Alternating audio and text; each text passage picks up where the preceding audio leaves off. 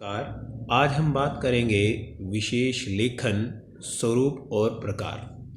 अब जानेंगे कि विशेष लेखन किस तरीके से लिखा जाता है और इसके अंदर क्या क्या चीज़ें आती हैं। समाचार पत्र सामान्य समाचारों के अलावा साहित्य, विज्ञान, खेल इत्यादि की भी पर्याप्त जानकारी देते हैं। इसी कार्य के अंतर्गत जब हम किसी खास विषय पर सामान्य लेखन से हटकर लेखन किया जाएगा तो उसे क्या कहेंगे? विशेष लेखन कहते हैं।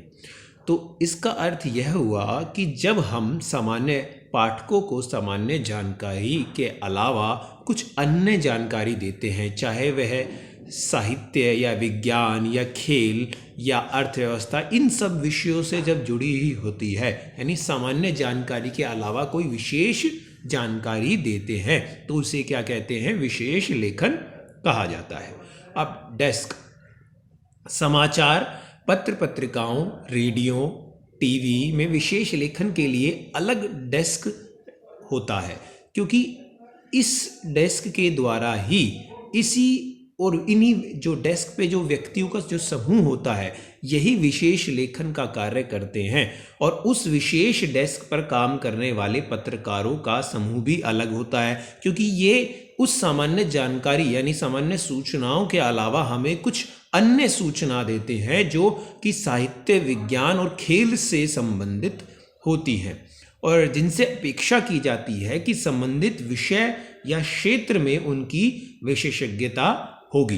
तो अगर उनकी उस विषय में विशेषज्ञता होगी तभी वे उसका विश्लेषण कर पाएंगे, उसकी जानकारी पाठकों तक पहुंचा पाएंगे। विशेष लेखन के क्षेत्र, अब विशेष लेखन के कई क्षेत्र हैं, जैसे कि अर्थ, व्यापार, खेल, मनोरंजन, विज्ञान, प्रौद्योगिकी, कृषि, विदेश, पर्यावरण, रक्षा, कानून, स्वास्थ्य इत्यादि बहुत सारे विशेष इसके लेखन हैं। तो आप ये जान लीजिए कि जो कि सामान्य जानकारी के अलावा जो भी सूचनाएं हमें प्राप्त होती हैं वो सारी की सारी विशेष लेखन के जरिए हमें मिलती है। अब हम जानते हैं कि बीट क्या होता है। जो ये बीट है, संवाददाताओं के बीच काम का विभाजन आमतौर पर उनकी दिलचस्पी और ज्ञान को ध्यान में रखते हुए किया जाता है। यानी कि पत्र पत्रिकाओं में यानी समाचार में क्या किया जाता है कि संवाददाता जो होते हैं उनके काम का विभाजन भी किया जाता है जो उनकी दिलचस्पी और उनके ज्ञान पर आधारित होता है, उनके ज्ञान पर निर्भर करता है। तो मीडिया की भाषा में इसे क्या कहते हैं? मीडिया की भाषा में इसे कहते हैं बीट।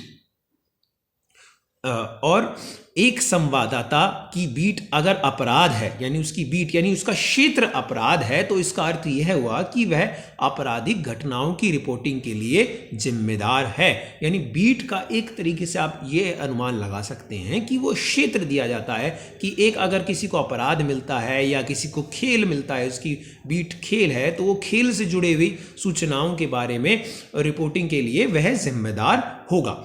तो आप देखेंगे विशेष लेखन केवल बीट रिपोर्टिंग नहीं है कि खाली हम बीट रिपोर्टिंग कर दें तो विशेष लेखन हो जाएगा।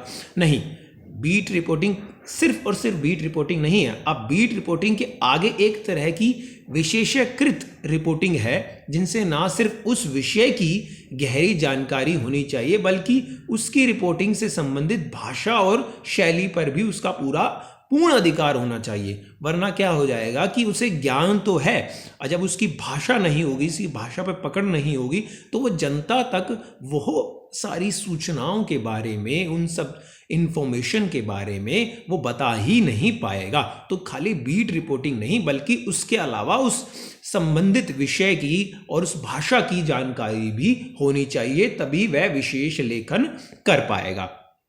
अब बीट रिपोर्टिंग और विशेषीकृत रिपोर्टिंग में अंतर जान लेते हैं कि बीट रिपोर्टिंग के लिए संवाददाता में उस क्षेत्र की जानकारी होना पर्याप्त है। उसे सामान्य तौर पर खबरें ही लिखनी होती हैं, क्योंकि उस क्षेत्र की, अगर किसी को अपराध बीट मिली है तो उसे अपराध की, खेल मिला है तो खेल की, तो उस संबंधित क्षेत्र की जानकारी होनी चाहिए उसे। और विशेषीकृत रिपोर्टिंग के लिए संवाददाता को सामान्य खबरों से आगे बढ़कर उस क्षेत्र से जुड़ी सूचनाओं का बारीकी से विश्लेषण कर पाठकों के लिए उसका अर्थ स्पष्ट करना होता है। तो आप अंतर समझेंगे कि जो बीट रिपोर्टिंग है और जो विशेषीकृत रिपोर्टिंग है जिसमें विशेष लेखन किया जाता है वो बीट के आगे का चरण है कि किस तरीके से उसमें खाली उस संबंधित क्षेत्र की सूचनाएं और ज्ञान तो आवश्यक है ही, बल्कि उसके साथ साथ उसके पास उस बारीकी का भी अध्ययन होना चाहिए कि जिससे वो विश्लेषण कर पाए और उन सूचनाओं का बारीकी से विश्लेषण करने के बाद पाठकों तक पहुंचा पाए। अब दूसरा क्या है कि बीट कवर करने वाले रिपोर्टर को संवाददाता कहते हैं, जो उस बीट को कवर करता है, और विशेषीकृत रिपोर्टिंग करने वाले रिपोर्टर को विशेष संवाददाता कहा जाता है। अब आगे देखते हैं इनके बारे में कि विशेष लेखन के अंतर्गत रिपोर्टिंग के अलावा विषय विशेष पर फीचर, टिप्पणी, साक्षात्कार, लेख, समीक्षा और स्तंभ भी आते हैं। तो विशेष लेखन के अंतर्गत ही ये आते हैं कि किस तरीके से ये विशेष लेखन है कि फीचर लेखन लिखिए या टिप्पणी लिखिए, साक्षात्कार लिखिए या अखबार में एक स्तंभ लेख आ जाता है। तो ये सारी चीज़ें आप जानते हैं कि पिछली वीडियो में मैंने इन सब के बारे में आपको बताया है। अब आगे देखते हैं कि पत्र पत्रिकाओं को विशेष लेख लिखने वाले सामान्यतः पेशेवर पत्रकार ना होकर विषय विशेषज्ञ होते हैं, कि वो उस पेशेवर पत्रकार नहीं होते उस विषय से, बल्कि उस विषय के विशेषज्ञ होते हैं, उस विषय के जानकार होते हैं। तो जो पत्र पत्रिकाओं को जो विशेष लेखन करते हैं, तो आप कभी देखते होंगे कि उस विषय के जानकार ही लिखते हैं। जरूरी नहीं कि वो पत्रकार ही हो तभी वो विशेष लेखन करेगा, बल्कि जैसे कि खेल में होता है, जैसे हर्षा भोगले हैं, वो किस तरीके से कमेंटेटर हैं और वो किस तरीके से विशेष लेखन भी कर सकते हैं, क्योंकि वो खेल से यानी क्रिकेट से जुड़े हुए जानकार भी हैं। उनके पास क्रिकेट से जुड़ी हुई उनके पास जानकारी है, वो नॉलेज है, वो ज्ञान है, तो उस संबंधित विषय के बारे में जानकार होते हैं, तो विषय विशेषज्ञ होते हैं। तो जरूरी नहीं कि वो पत्रकार हों। अब दूसरा देखते हैं कि विशेष लेखन की भाषा शैली कैसी होनी चाहिए। तो विशेष लेखन में हर क्षेत्र की विशेष तकनीकी शब्दावली का प्रयोग किया जाता है। तो अब यहाँ पर आप ध्यान देने वाली बात यह है कि जो तकनीकी शब्दावली है इस पर बहुत महत्वपूर्ण चीज़ है। ये बहुत महत्वपूर्ण चीज़ क्यों हो जाती है, क्योंकि हर विषय की, चाहे आप विज्ञान, अगर कोई विषय विज्ञान का है तो अगर हम उस विज्ञान की शब्दावली को लेंगे तो वो अलग हो जाएगी, और जब हम उसको अर्थव्यवस्था से जोड़ेंगे तो वो अलग हो जाएगी। इसका उदाहरण देते हैं कि जैसे आप पहला देखिए कि कारोबार और व्यापार यानी अर्थव्यवस्था की जब बात चलती है तो उसमें तेजड़िया आ जाता है। तेजड़िए क्या होते हैं, यानी व्यापार में उछाल आ गया है। तेजड़िए, सोना उछला, चांदी लुढ़की, तो ये इस तरीके से क्या है, ये तकनीकी शब्दावली हैं जो हमें उस विशेष लेखन में प्रयोग करनी होती है। दूसरा आप देखिए, जब पर्यावरण संबंधी लेख में आर्द्रता आ जाती है, टॉक्सिक कचरा आ जाता है, ग्लोबल वार्मिंग आ जाता है, तो इस तरीके की जो शब्दावली है ये तकनीकी शब्दावली है जो कि हमें विशेष लेखन यानी उस विषय से संबंधित लेख लिखने में प्रयोग में आती है, जिससे कि ये सब होता है। तो विशेष लेखन की कोई निश्चित शैली नहीं होती कि एक निश्चित शैली में लिखा जाए, यानी कि विषय अनुसार, यानी उसमें उल्टा पिरामिड शैली भी और फीचर शैली भी दोनों का प्रयोग हो सकता है। तो आपको पता ही है कि उल्टा पिरामिड शैली क्या होती है, जो मैंने आपको बताया, जिसमें कि 3 चरण होते हैं कि क्या होगा, इंट्रो होगा, उसका बॉडी होगी और समापन होगा। तो इंट्रो, बॉडी, समापन यानी उल्टा पिरामिड शैली, जिसमें क्या है, सबसे जो मुख्य प्रमुख बात है वो सबसे ऊपर आ जाती है, और जो बीच का हिस्सा यानी इंट्रो कहा जाता है उसमें उससे कम महत्वपूर्ण, और जो सबसे नीचे का यानी समापन का हिस्सा है उसमें सबसे कम महत्वपूर्ण भाग आता है। तो उल्टा पिरामिड शैली ये होती है। और फीचर लेखन शैली की पिछली वीडियो में आपने देखा था कि किस तरीके से फीचर शैली कैसे होनी चाहिए, कि मनोरंजक होनी चाहिए, तथ्यों से भी जुड़ी होनी चाहिए, और उसमें कल्पना का समावेश भी होता है, और लेखक जो है अपने स्वतंत्र विचार भी प्रस्तुत कर सकता है। तो एक विशेष लेखन आप देखेंगे कि जो विशेष लेखन है वो दोनों तरीके से लिखा जा सकता है, उल्टा पिरामिड शैली से भी और फीचर लेखन शैली से भी।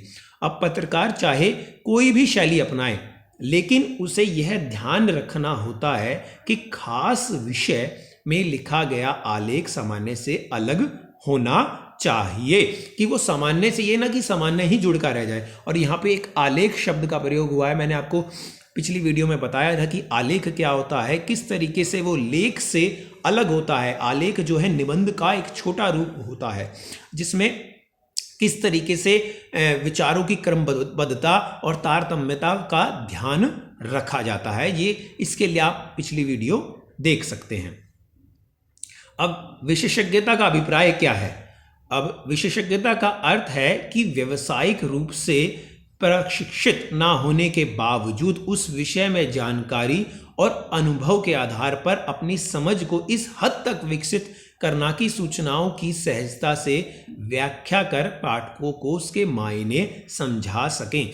कि जरूरी नहीं कि उसमें वो प्रशिक्षित हो, यानी उसमें कोई डिग्री ली हो या उसका प्रशिक्षण प्राप्त किया हो उस विषय के अंतर्गत, बल्कि उस विषय की जानकारी होनी चाहिए। उस विषय की जानकारी सिर्फ ऊपरी तौर पर जानकारी नहीं, बल्कि गहरी जानकारी होनी चाहिए, ताकि वह अपने अनुभव और उस विषय की जानकारी के आधार पर पाठकों के सामने उसकी व्याख्या कर पाए और पाठक जो है उसको समझ पाए।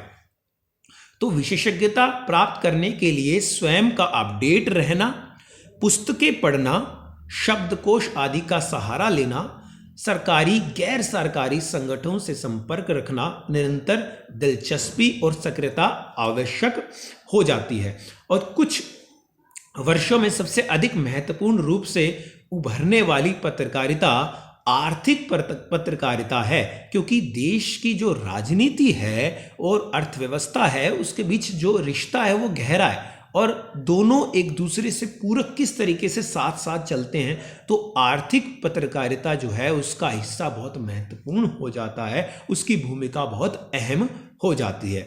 तो आर्थिक मामलों की पत्रकारिता सामान्य पत्रकारिता की तुलना में काफ़ी जटिल होती है। क्यों जटिल होती है? क्योंकि इसमें तकनीकी शब्दों का प्रयोग होता है और पाठक जो होते हैं, जो समाचार जो पढ़ते हैं या पत्र जो पढ़ते हैं, हमारे समाचार पत्र जो पढ़ते हैं, जो पाठक वर्ग जो होता है उसमें दोनों तरह के लोग होते हैं। एक तो जो सामान्य वर्ग होता है जिसको उन तकनीकी शब्दों का ज्ञान नहीं होता, और एक दूसरा वर्ग होता है जो उस विशेष आर्थिक शब्दावली यानी तकनीकी शब्दावली की जानकारी रखता है। तो इन दोनों का सामंजस्य बनाना भी जरूरी है, किस तरीके से कि विशेष लेख लिखा जाए कि दोनों संतुष्ट हो सकें। तो आर्थिक मामलों की पत्रकारिता सामान्य पत्रकारिता की तुलना में काफ़ी जटिल होती है, क्योंकि आम लोगों को इसकी शब्दावली का मतलब नहीं पता होता। तो आर्थिक पत्रकार के समक्ष सबसे बड़ी चुनौती भी यही होती है कि वह किस प्रकार सामान्य पाठक और जानकार पाठक दोनों को भली भांति संतुष्ट कर पाए।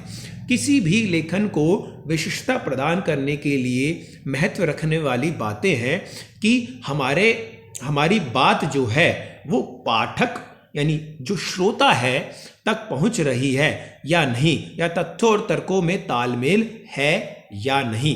तो आपने देखा कि किस तरीके से विशेष लेखन जो है लिखा जाता है, और ये किसी भी शैली में लिखा जा सकता है। कौन सी? या तो उल्टा पिरामिड शैली जिसमें समाचार लेख लिखे जाते हैं, या फीचर लेखन की एक शैली है। किसी रूप में भी ये लेख विशेष लेखन लिखा जा सकता है, बल्कि क्योंकि ये सामान्य जानकारी के अलावा एक अलग जानकारी जो उस विषय से संबंधित जानकार देता है, जिसके बारे में आज हमने चर्चा की। आशा करता हूं कि आपको यह वीडियो समझ में आई होगी। धन्यवाद।